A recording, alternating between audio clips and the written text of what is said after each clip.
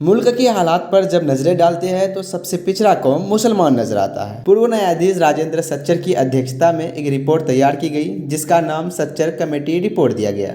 इस रिपोर्ट में बताया गया कि भारत देश में सबसे पिछड़ा और भयभीत कौम मुसलमान है। इसका आर्थिक स्थिति भी कुछ बेहतर नहीं है। हालांकि मानसिक तौर पर यह काफ़ी मजबूत है, मगर शिक्षा में भी यह कौम काफ़ी पीछे नजर आती है। आखिर इस कौम का पीछे रहने का कारण क्या है, आइए इस्लामिक स्कॉलर डॉक्टर महबूब रहमानी से सुनते हैं। इसके पीछे वजह यह है कि सबसे पहले यहाँ सत्ता चलाने वालों की नाकामी है। जो संविधान में सबको बराबर का हक मिलने का बात रखकर और सेक्युलरिज्म की बुनियाद पर हम वोट लेकर इन्होंने कहा कि आपको सारी डेवलपमेंट सबको साथ सबको बराबर की तरक्की मिलेगी हर प्रोग्राम में। ये 55 साल दौर में कांग्रेस का जो दौर चला है इसमें सबसे ज़्यादा मुसलमानों को परेशान किया है। उनकी तालीमी, उनकी माशी, उनके रहन सहन की, उनकी अखलाक़ी, उनकी नौकरियों का, ये सब सेहरा जो है कांग्रेस को जाता है। क्योंकि कांग्रेस ही ने जब हार माना था तब मुसलमानों ने कांग्रेस से हटकर दूसरी पार्टियों को देना शुरू किया। तो उस वक्त उन्होंने सच्चार कमीशन कमेटी बिठाई और एक सिख को प्रधानमंत्री बनाया। UPA 1 हुआ जिसमें सच्चार कमेटी की रिपोर्ट बनती है, 420 पेजेस की रिपोर्ट, जिसमें मुसलमानों को आइडेंटिटी, सिक्योरिटी और इक्वालिटी की खतरा बताते हैं। इतना होने के बाद में फिर दोबारा रंगनाथ मिश्रा रिपोर्ट को बिठाते हैं कि ऐसी हालात के लोगों को जो सबसे पस्त हैं, जो दलितों से बराबर हैं, इनको किस तरह से ऊपर उठाया जाए। उस रिकमेंडेशन को जस्टिस रंगनाथ मिश्रा ने पूरी तरह से तहकीक करने के बाद एक रिकमेंडेशन देती है रिजर्वेशन।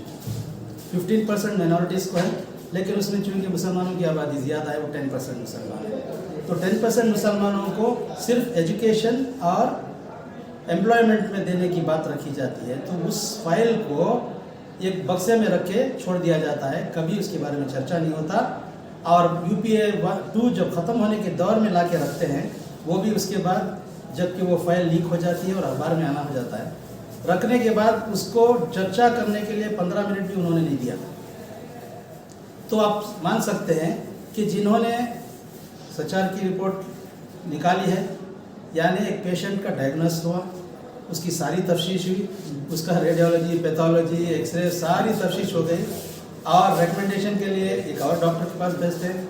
वो प्रिस्क्रिप्शन लिखता है ये चीज़ देना चाहिए बोलकर, लेकिन जब दवाई देने का मौका आया तो पूरे दूसरे टर्म के वक्त ख़त्म हो गया, कोई चर्चा हुआ नहीं। BJP की उसकी मुखालिफत थी कि ये रिलीजियस पे है बोलकर, लेकिन वहाँ पर जाहिर था कि ये इकोनॉमिकली बैकवर्ड कम्युनिटी की हैसियत से देखा गया था, ना कि वो रिलीजियस कम्युनिटी। सर जहाँ एजुकेशन, शिक्षा और तालीम की बात आती है, वह एक सवाल ये आता है कि मुस्लिम युवाओं की जो तादाद जो है अधिकारी वाले क्षेत्र में बहुत कम देखा जाता है। इसके पीछे का क्या वजह है? वही है, लाइल भी है, एजुकेशन का बैकवर्डनेस है।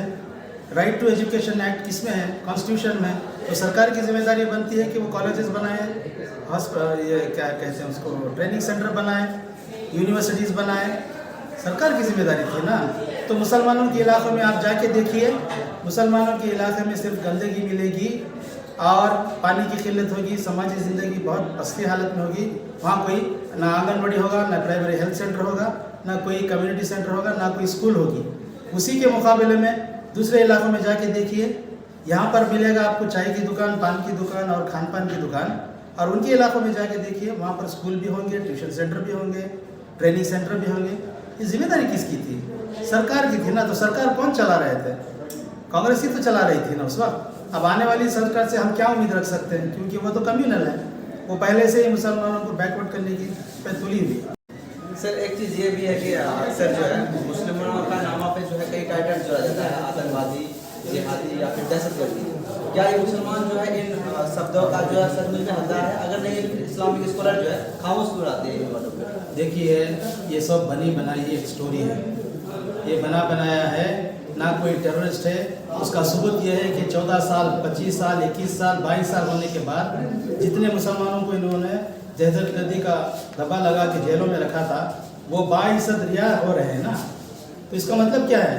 इनकी सरकारी एजेंसियों ने कुछ खुफिया एजेंसियाँ तंजीमें बनाकर मुसलमानों को ही टारगेट किया, जबकि बने पूरे ड्रग सबके लिए, लेकिन ये इम्प्लाई किसके ऊपर हो रहा है? ये सिर्फ मुसलमानों के ऊपर, कोटा बना तो भी मुसलमान, टाडा बना तो भी मुसलमान के ऊपर, यूएपी बनाया वो भी मुसलमान के ऊपर।